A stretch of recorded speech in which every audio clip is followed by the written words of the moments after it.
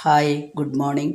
ത്വമേവ മാതാ ച പിതാ ത്വമേവ ബന്ധുശ്ച സഖാ ത്വമേവ വിദ്യാ ദ്രവിണം ത്വമേവ സർവം മമ ദേവദേവ. ശ്രീമദ് ഭഗവത്ഗീത 11-ാം അധ്യായം വിശ്വരൂപ ദർശനയോഗം 2-ാമത്തെ ശ്ലോകമാണ് ചൊല്ലുന്നത്.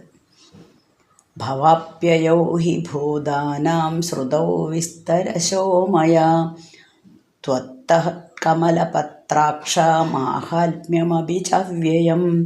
മലയാളം: ജീവിതം ജന്മനാശങ്ങൾ അറിഞ്ഞേൻ നിന്നിൽ നിന്നു ഞാൻ, നശിക്കാതമരും തത്വം ശ്രവിച്ചേൻ വിസ്തരിച്ചു ഞാൻ. കമലപത്രാക്ഷ ത്വത്തഃ, ഭഗവാനെ അങ്ങയിൽ നിന്ന്, ഭൂതാനാം ഭവാപ്യയോ, എല്ലാ ചരാചരങ്ങളുടെയും ഉൽപ്പത്തിയും ലയവും, വിസ്തരശഃ മയാ ശ്രുതൗ ഹി, വിസ്തരിച്ചു തന്നെ ഞാൻ കേട്ടു. അവ്യയം മാഹാത്മ്യം അപിച്ച, അങ്ങയുടെ അനന്തമായ മാഹാത്മ്യവും ഞാൻ കേട്ടു.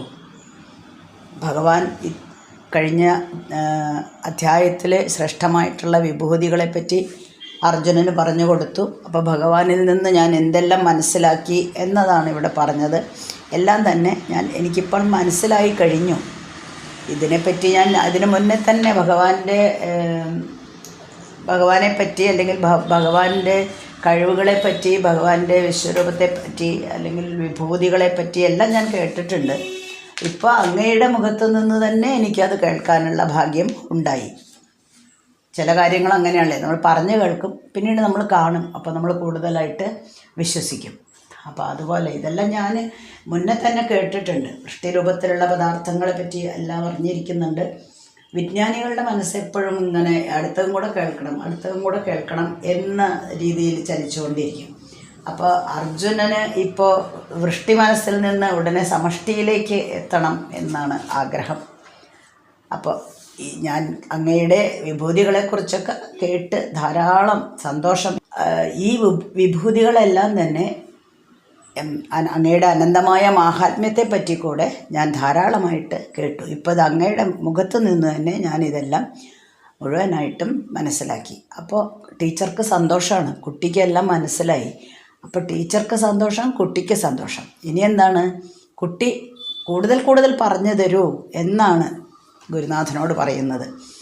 അപ്പോൾ ഗുരുനാഥനും അത് തന്നെ, അധ്യാപകനും അത് തന്നെ വേണ്ടത്. ഇനിയും കൂടുതൽ അറിയണം. കാരണം ഇപ്പോൾ നമ്മൾ പറഞ്ഞു കൊടുത്തതൊക്കെ എല്ലാം ക്ലിയറായി. ഇനി ഒരു പ്രശ്നവുമില്ല. ആ ചാപ്റ്റർ എങ്ങനെ വന്നാലും ഒരു പ്രശ്നവുമില്ല. അത്രയ്ക്കും ക്ലിയറായി കഴിഞ്ഞു. അപ്പം പിന്നെ അടുത്ത എടുക്കാമല്ലോ. പുതിയ ലെസൺസ് നമ്മൾ പറഞ്ഞു കൊടുക്കുന്ന പോലെ. ഇനി അടുത്ത ആഗ്രഹം എന്താണ് അർജുനന്? ഭഗവാന്റെ വിശ്വരൂപം ഒന്ന് കാണണം എന്നതാണ് ആഗ്രഹം. ഇപ്പോൾ ഒരു പ്രത്യക്ഷമായിട്ടുള്ള ഒരു അനുഭവം നമുക്ക് കിട്ടണമെങ്കിൽ നേരത്തെ പറഞ്ഞ പോലെ, നമ്മൾ കെമിസ്ട്രി ലാബിൽ പറഞ്ഞ പോലെ, അത് കാണാനും കൂടെ ഒരു യോഗം ഉണ്ടെങ്കിൽ വിശ്വസിക്കാൻ കുറച്ചും കൂടെ താല്പര്യമുണ്ടാവും. ഇപ്പം തന്നെ എല്ലാം വിശ്വാസമായിട്ടുണ്ട്. ഞാനൊരു തർക്കുത്തര രൂപേണ നേരിൽ കണ്ടാലേ വിശ്വസിക്കുള്ളൂ എന്നൊന്നും ചിന്തിക്കുന്നില്ല. പക്ഷേ എനിക്ക് കാണാൻ ആഗ്രഹമുണ്ട്. അതെങ്ങനെയാണ് അർജുനൻ ഭഗവാനോട് പറയുക എന്നുള്ളതാണ്. അടുത്ത ശ്ലോകത്തിലാണ്, 3-ാമത്തെ ശ്ലോകത്തിലാണ് പറയുന്നത്. അപ്പോൾ ഭഗവാന്റെ ഇതുവരെയുള്ള തത്വങ്ങൾ അർജുനന് മനസ്സിലായ സ്ഥിതിക്ക് അടുത്തത് ശിഷ്യൻ്റെ ഊഴമാണല്ലോ. അപ്പോൾ ശിഷ്യന് അടുത്ത ചോദ്യം ചോദിക്കാം. ആ ആഗ്രഹമാണ് ഇവിടെ 3-ാമത്തെ ശ്ലോകത്തിൽ അർജുനൻ പറയാൻ പോകുന്നത്. തൻ്റെ അഭിലാഷം എന്താണ് എന്ന് ഭഗവാനോട് പറയാണ്. 3-ാമത്തെ ശ്ലോകം: ഏവമേതത്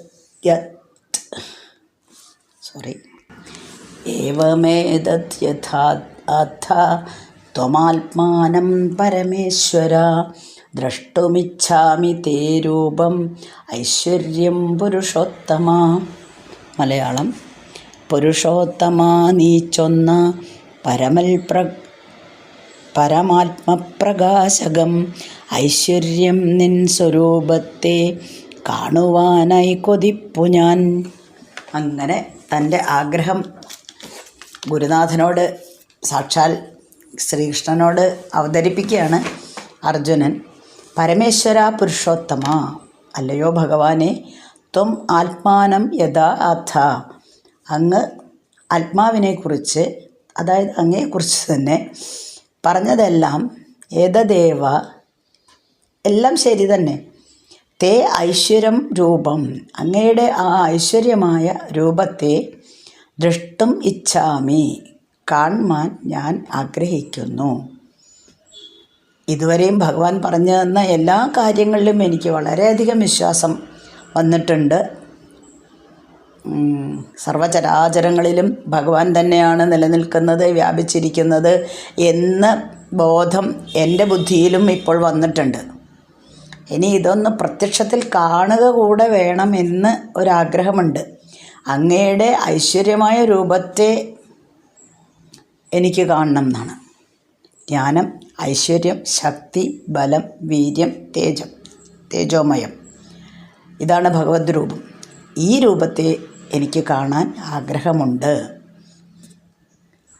അപ്പോൾ എല്ലാം ഈശ്വരൻ സർവവ്യാപിയാണ്, സർവത്തിനും അധിഷ്ഠാനം ഭഗവാൻ തന്നെയാണ്. സർവചരാചരങ്ങളിലും ഈശ്വരൻ കുടികൊള്ളുന്നു. എല്ലാ ചരാചരങ്ങളും ആശ്രയിച്ചിരിക്കുന്നത് ഭഗവാനെ തന്നെയാണ്. ഈ ചരാചരങ്ങളെ മുഴുവനും നിലനിർത്തുന്നതും ഭഗവാനാണ്. ഇതെല്ലാം അർജുനന് മനസ്സിലായി എന്ന് ഭഗവാനും മനസ്സിലായിട്ടുണ്ട്.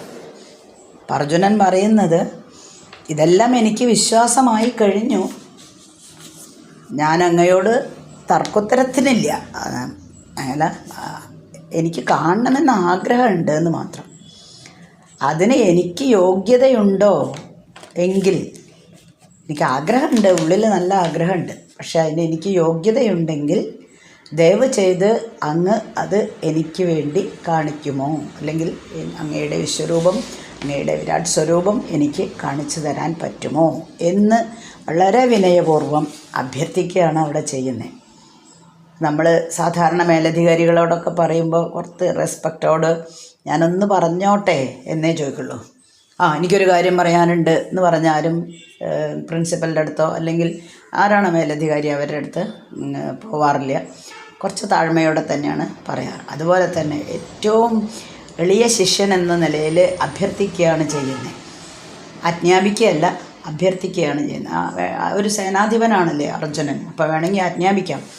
അങ്ങനെയല്ല ചെയ്യുന്നത്. ഭഗവാനെ, ഈ അങ്ങയുടെ ഈ സ്വരൂപം, നേരത്തെ പറഞ്ഞല്ലോ, ജ്ഞാന, ഐശ്വര്യ, ശക്തി, ബലം, വീര്യം, തേജോമയം, ഈ രൂപം, മഹിമയുള്ള ഈ സ്വരൂപം കാണാൻ ഈ ഉള്ളവന് എനിക്ക് യോഗ്യതയുണ്ട് എന്ന് അങ്ങ് കരുതുകയാണെങ്കിൽ ഒന്ന് കാണിച്ചു തന്നാലും എന്ന് അപേക്ഷിക്കുകയാണ് ചെയ്യുന്നത്. അപ്പോൾ അർജുനന് ഏകദേശം ഇതിനുള്ള ഒരു ബുദ്ധി ഞാൻ നേടിയെന്ന് അർജുനൻ പറഞ്ഞു. അത് ഭഗവാനും മനസ്സിലായി. ആധ്യാത്മിക രഹസ്യം മുഴുവനായിട്ടും ശിഷ്യരുടെ ബുദ്ധിയെ ഉത്തേജിപ്പിച്ച് ആധ്യാത്മിക രഹസ്യം മുഴുവനായിട്ടും അറിയുക, ഈശ്വരഭാവത്തിലേക്ക് നമ്മൾ ഉണരുക. അതന്നെയാണ് ശിഷ്യനായിട്ടുള്ള അർജുനന് ചെയ്തു കൊടുത്തത്. അതിലേക്ക് എത്തിക്കാനാണ് ശ്രീകൃഷ്ണൻ ശ്രമിച്ചത്. അതുകൊണ്ട് അദ്ദേഹത്തിന് തൻ്റെ വിശ്വരൂപം കാണിച്ചു കൊടുക്കാം എന്ന് ഭഗവാൻ നിശ്ചയിച്ചു. പക്ഷേ എന്താ വെച്ചാൽ, അത് നേരത്തെ പറഞ്ഞ പോലെ ഗുരുവിന് തോന്നണം. ഗുരുവിനിപ്പോൾ ഇവിടെ തോന്നി കൊടുക്കാം, ഇതെല്ലാം മനസ്സിലായിട്ടുണ്ട്. അർഹതയുണ്ടോ എന്ന് തീരുമാനിക്കുന്നത് എപ്പോഴും ഗുരുവാണ്. ഈ അർജുനന് കാണാൻ കഴിയുള്ളൂ. അതേ സമയത്ത് നേരത്തെ പറഞ്ഞ വിഭൂതികളെല്ലാം തന്നെ ഭഗവാൻ എന്തെല്ലാം പറഞ്ഞു ഈ 10 ദശകങ്ങളിലായിട്ട്, ഈ 10 അധ്യായങ്ങളിലായിട്ട് ഭഗവാൻ എന്തെല്ലാം അർജുനന് പറഞ്ഞു കൊടുത്തു.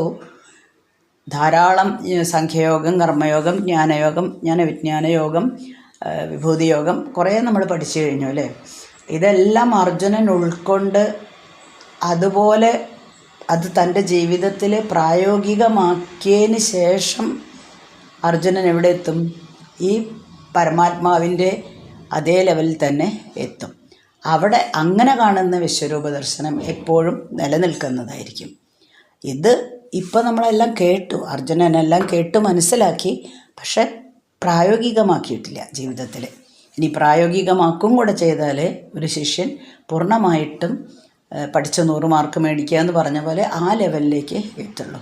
അത് ഭഗവാൻ അറിയാം. എങ്കിലും ഇത്രയൊക്കെ ഇദ്ദേഹത്തിന് മനസ്സിലായ സ്ഥിതിക്ക് തൽക്കാലമായിട്ട് തൻ്റെ സ്വരൂപം കാണിച്ചു കൊടുക്കാം എന്ന് ഭഗവാനും തോന്നി. ഇനി 5-ാമത്തെ ശ്ലോകം ഭഗവാനാണ് പറയുന്നത്. ശ്രീ ഭഗവാനുവാച പശ്യമേ പാർത്ഥ രൂപാണി ശതശോധസഹസ്രശ നാനാവിധാനി ദിവ്യാനി നാനാവർണാകൃതീനി ച. മലയാളം.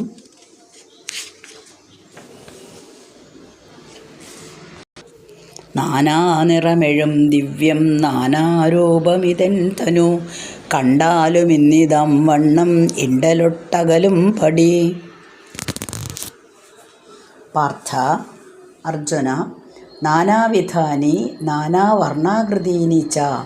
നാനാവിധത്തിലും നാനാവർണ്ണങ്ങളിലും ആകൃതികളിലുമായി മേ ശതശഃ അഥ സഹസ്രശഃ എൻ്റെ 100 കണക്കിലും 1000 കണക്കിലുമുള്ള ദിവ്യാനി രൂപാണി പശ്യ, ദിവ്യരൂപങ്ങൾ കണ്ടുകൊള്ളുക.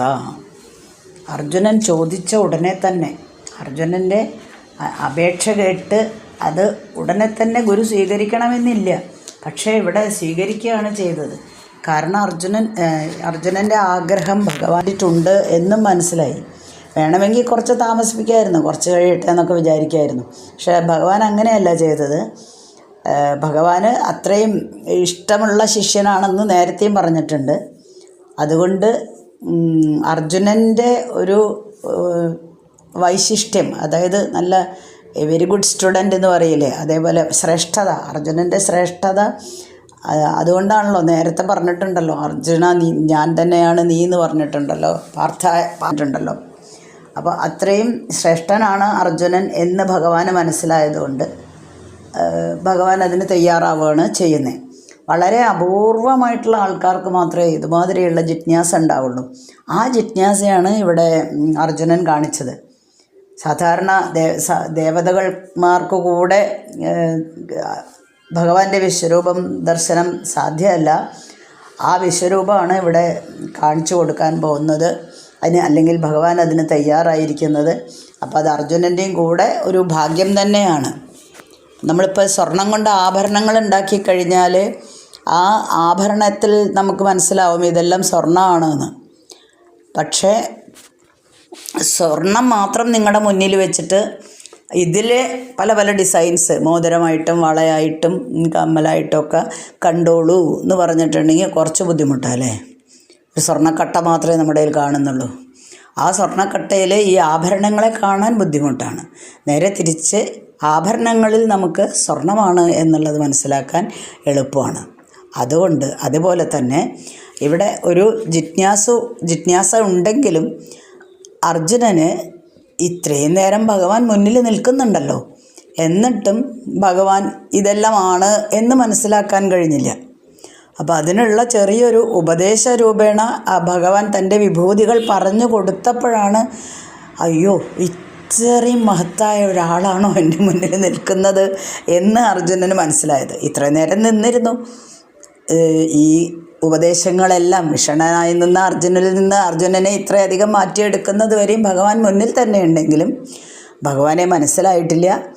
അതുകൊണ്ട് ഈ ഉപദേശങ്ങളൊക്കെ കൊടുത്തപ്പോൾ അർജുനൻ്റെ മനസ്സെല്ലാം ക്ലിയറായി തുടങ്ങി. ഇനി തൻ്റെ വിശ്വരൂപം കാണിച്ചാലും അർജുനന് മനസ്സിലാവും എന്നുള്ളത് കൊണ്ട് ഉൾക്കണ്ണ് തുറന്നിട്ടുണ്ടായിരുന്നില്ല. അതുകൊണ്ടാണ് മുന്നിൽ തന്നെ നിന്നിട്ടും അർജുനന് ഇതുവരെയും കാണാൻ കഴിയാഞ്ഞത്. അർജുനനപ്പം അവിടെ തൻ്റെ ഈ വിശ്വരൂപം കാണിക്കുമ്പോൾ എന്താണ് പറഞ്ഞത്? എൻ്റെ നാനാവിധത്തിലും നാനാവർണ്ണങ്ങളിലും ആകൃതികളിലും 100 കണക്കിനും 1000 കണക്കിനുമുള്ള ദിവ്യരൂപങ്ങൾ കണ്ടുകൊള്ളുക എന്നാണ്. നമ്മൾ സ്വർണത്തിൽ തന്നെ എന്നിൽ ഇതെല്ലാം കണ്ടുകൊള്ളുക എന്ന് അർജുനനോട് പറയുകയാണ് ചെയ്തത്. ഇനി എന്തെല്ലാമാണ് ഇവ എന്നും കൂടെ വിസ്തരിച്ചു കൊടുക്കുന്നുണ്ട് 6-ാമത്തെ ശ്ലോകത്തിൽ. ഭഗവാനപ്പോൾ തൻ്റെ വിരാട് രൂപത്തിലേക്ക് മാറേണ്ട ആവശ്യമൊന്നുമില്ല. ഭഗവാൻ എങ്ങനെയാണോ ഇത്രയും നേരം അർജുനൻ്റെ മുന്നിൽ നിൽക്കുന്നത് അതുപോലെ തന്നെ നിൽക്കുക വേണ്ടു. പക്ഷേ എന്താണ്, അർജുനൻ തൻ്റെ ഉൾക്കണ്ണ് തുറന്ന് തന്നെ നോക്കണം. സ്വർണ്ണക്കട്ടയിലെ ആഭരണങ്ങൾ ഓരോന്നായിട്ട് ദർശിക്കണം. എൻ്റെ നൂറുകണക്കിനും ആയിരക്കണക്കിനുമുള്ള ദിവ്യരൂപങ്ങൾ കണ്ടുകൊള്ളുക എന്നാണ്. അർജുന, ഇതെല്ലാമാണ് എൻ്റെ വിശ്വരൂപങ്ങൾ, ഇതെല്ലാം എന്നിൽ കണ്ടുകൊള്ളൂ എന്നാണ് പറയുന്നത്. തൻ്റെ രൂപം മാറ്റേണ്ട ഒരാവശ്യം ഭഗവാന് ഇല്ല. ആ ഉൾക്കാഴ്ച ഇപ്പോൾ ഏകദേശം കിട്ടിത്തുടങ്ങി അർജുനന്. അതുകൊണ്ട് എന്താണ്, ഭഗവാന്റെ രൂപം കണ്ടപ്പോൾ തന്നെ ഭഗവാന്റെ രൂപത്തിൽ നിന്ന് ഈ രൂപങ്ങളെല്ലാം, സ്വർണത്തിൽ നിന്ന് മറ്റുള്ള ആഭരണങ്ങൾ നമ്മൾ മനസ്സിലാക്കിയെടുക്കുന്ന പോലെ തന്നെ അർജുനന് ഉൾക്കാഴ്ച ലഭിക്കുകയും ഭഗവാൻ എന്നുള്ള രൂപത്തിൽ നിന്ന് തന്നെ ഭഗവാന്റെ ഇനി പറയാൻ പോകുന്ന വിശ്വരൂപത്തിലെ കാര്യങ്ങളെല്ലാം തന്നെ, അല്ലെങ്കിൽ വിശ്വരൂപത്തിൽ എന്തൊക്കെയാണോ ഇതാണ് എൻ്റെ വിശ്വരൂപം എന്ന് പറയുന്നുണ്ട് അടുത്ത ശ്ലോകത്തിൽ, അതെല്ലാം കാണാനായിട്ട് സാധിക്കുകയും ചെയ്തു. ലോകത്തിലെ ദൃശ്യവസ്തുക്കൾ എല്ലാം തന്നെ അതിലുണ്ട്, അതെല്ലാം കാണാനായിട്ട് സാധിക്കുകയും ചെയ്തു. അടുത്ത ശ്ലോകത്തിലാണ് വിവരിക്കുന്നത്. അപ്പോൾ 5 ശ്ലോകങ്ങളാണ് വായിച്ചു കഴിഞ്ഞത്. ഇനി അടുത്ത ദിവസം 6ാമത്തെ ശ്ലോകം ചൊല്ലാം. ഓക്കെ. അസ്മിൻ പരാത്മന്നനുപാത്മകൽപേതുമിദ്ധമുത്ഥാപിതപത്മയോനി അനന്തഭൂമാ മമ രോഗരാശിം നിരുന്ധിവാദാലയ വാസവിഷ്ണു.